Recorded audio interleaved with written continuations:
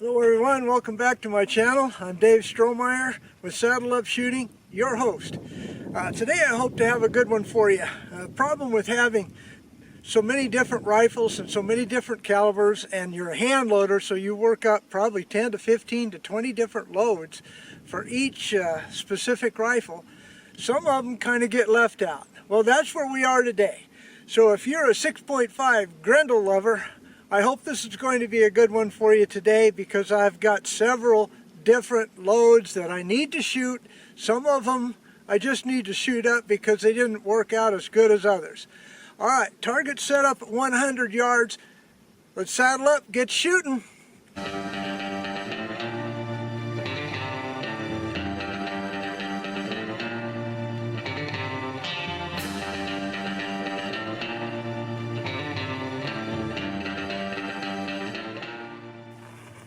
Now, I love my little Grendel, and I think that those of you who don't have one probably ought to consider getting one. It is a fantastic round for deer-sized game and lower. If loaded correctly, 300 yards is just about perfect for this rifle, and in, of course.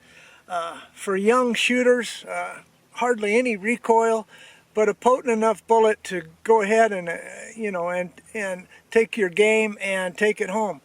All right, so what I've got here is I've got 7 or 8 different loads because varmint season is winding down and I had other rifles to shoot. The Grendel didn't get much love and didn't get any usage at all. So I'm out here shooting and testing some bullets that I've already loaded, and I'll give you that information as we go along. Alright, target set up at 100 yards. Because there's a lot of shooting, I'll try to do as little talking as I can so that you can see all of them. I'll shoot at the same target, probably 2 or 3 for each target, mark the target, and then move on.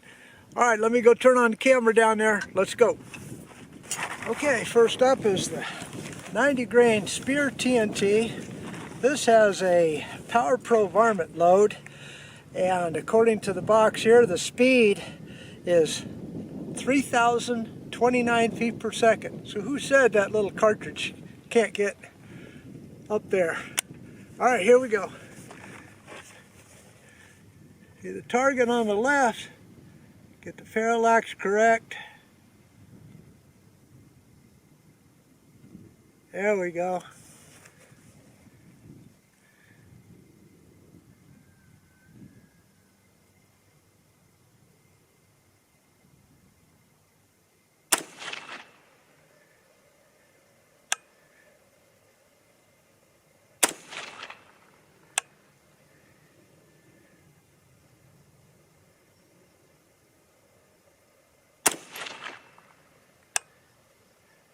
Okay, not stellar and low,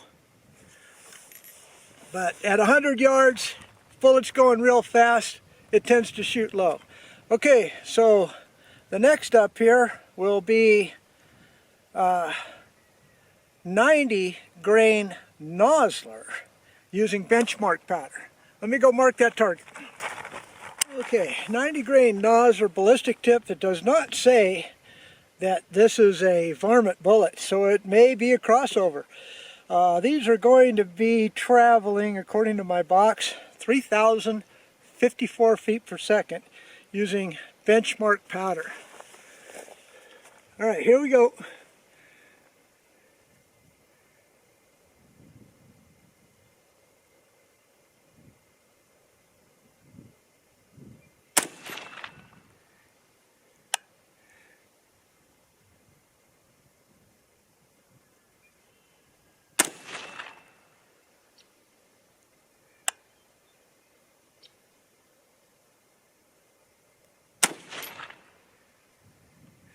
Okay, I'll go mark those. We'll move on to the next, which is going to be, what the heck is that?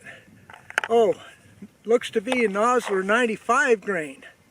Okay, I said 95 grain, they're not. They're 100 grain Noslers and 100 grain ELDM. Let's see. Yeah, the Noslers are up first. Okay, same target. Hopefully it isn't too convoluted there for you. Now let's go ahead and shoot that clean target.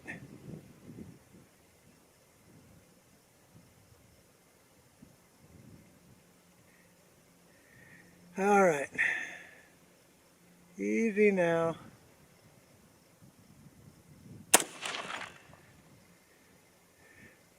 It's definitely 2 inches low. All right, see what I have on the box here. 100 grain Nosler, a speed of 2918, and I'm using benchmark. Getting harder to read that little writing the older you get.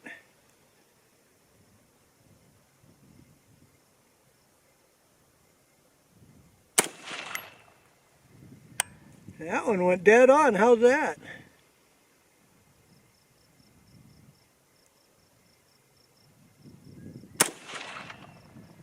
And so did that one. First shot anomaly.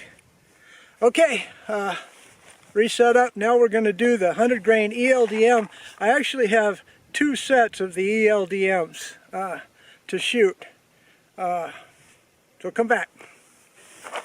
Okay, I didn't much like that pattern, so I did some further inspection. Sure enough, and this has never happened to me before, I popped a primer. Okay, it is 90 degrees today, so that may be a contributing condition to the powder that I used, which was benchmark, even though that's supposed to be temperature insensitive. So then I checked the next one. I reloaded 3 more to check it, and sure enough, got a stuck bullet in the barrel that pulled completely out of the case and powder everywhere, and I had to use a ram to knock that bullet out of there. So I put a note here, check out these Noslers. Okay, now the 100 grain ELDMs. Let me double check, make sure I got it loaded. Nope, not yet. Okay. Alright, here we go. Same target. Another good reason to get out and shoot before you go hunting, huh?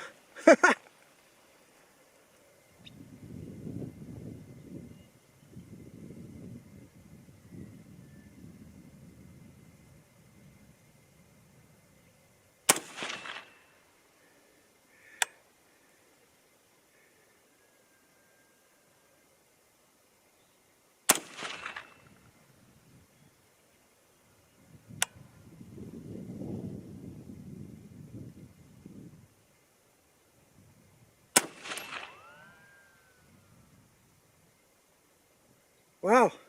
Okay, so that was probably the last round that I sighted in for this, because you can see it now. Alright, I don't know if I gave you the specifics on the 100 grain, but it's 29 grains of benchmark. Alright, so now let's go ahead and shoot. I have 2 107 grain Sierras. I don't much like them. But you saw where that target was. These 107 grains don't shoot well in this rifle. But I only have 2 left, so I need to shoot them. Alright, the specifics on the 107s. Okay, I used Power Pro Varmint 2910 feet per second with 30 grains of Power Pro Varmint. So this might be a little hot also. I don't know. We'll shoot them up. Same target. Did you mark the other one? I didn't get time to do it, because I know these will fly. Probably high right.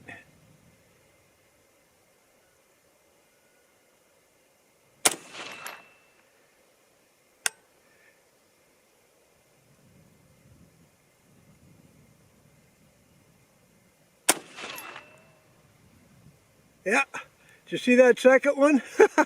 High right. All right, so now we're going to go to the deer hunting bullet, which is the 120 grain Spear Gold Dot. Fabulous, fabulous bullet. Be right back. Okay, now the 120 grain Spear Gold Dot. I think this bullet, 120 grain, was made for the Grendel. I think that's what it was intended for. I've killed 3 bucks with it. One as far as 175 yards. Only one kind of ran off, and I had to put a second round in them. And that brings up why the AR-15 with a quick follow-up shot is good. All right, I'm going to shoot at that first target. It's kind of convoluted, but it's marked because this should hit in a totally different area, I hope, so that you can see it. But no matter what, we'll go over the target at the end where it's a little clearer. All right, here we go. First target.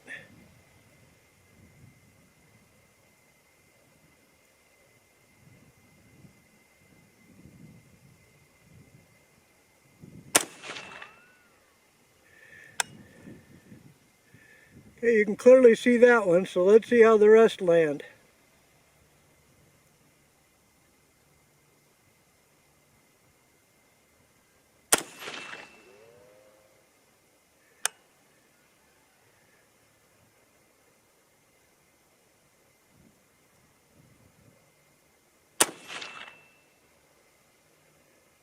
Okay, that last shot may have been on me. All right, so let's go ahead and wrap this up, show you the targets, give you the numbers, take a good look-see. See you soon. Okay, before I show you the target analysis, just a quick update. On almost all of these shots, I had a flyer in there. And there's 3 possible reasons for a flyer. 1 is inconsistent powder charge. 2 is not crimping the bullet, and none of these bullets were crimped because they're very slippery type of bullets with no cannula or groove. But you know, AR-15s are pretty violent, so they should be crimped into the case. Number 3 is case life. I'm probably on the 4th or 5th firing of these cases, so that might be another reason why that primer popped, or it was just seated too long. Okay, let's go ahead and get to the target now. Okay, let's go over this target. Pretty much every 3-shot group had at least 1 flyer. So the first that I shot was a Spear TNT, and that's this group right here. 1, 2, 3. You can see 2 of them are 1/2 inch apart and then a flyer. And that speed was at 3012 using Power Pro varmint. Now you're going to see a lot of Power Pro varmint. I've got to work up some different loans because Power Pro varmint's been discontinued, and I've got to completely get rid of it. I have only about 1 pound left. Okay, then the next one was the Nosler, here, and a flyer. But you can see those 2 are pretty close together, also about 1/2 inch. So I don't know what the flyer is. I'll have to figure that out. That was 3,054 feet per second. Then the last shot, I'll just stay on this target. The last shot you saw was with the Spear 120 grain Gold Dot at 2,610 feet per second. 2 right together and a flyer. Okay, then over here, let's take a look over here now.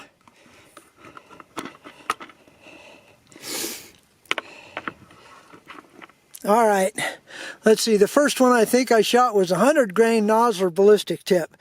1, 2, and 3. Again, 2 shots pretty close, and then a flyer. Okay, and that was 2,856 feet per second with benchmark powder. Then the second was the 100 grain ELDM, again with Power Pro varmint, 2,830, and that was the best group of the day. That didn't get any further than 1/2 inch on all 3 shots. Then you saw this, the 107 grain Sierra Tip Match King does not work in this rifle, but it does work really well in my Creedmoors. 2,710, and I only shot 2 shots, but that's, let's see, that's 1, 2, 2 3/4 inches between those 2 shots. Okay, folks, I hope you had fun with today's video. I'm going to keep these targets for reference, so I don't have to reshoot them. But go ahead and give me a thumbs up if you enjoyed this. Don't forget to subscribe and check your subscriptions, please. But no matter what, leave me a comment if you will. God bless you all. See you again next time. Goodbye.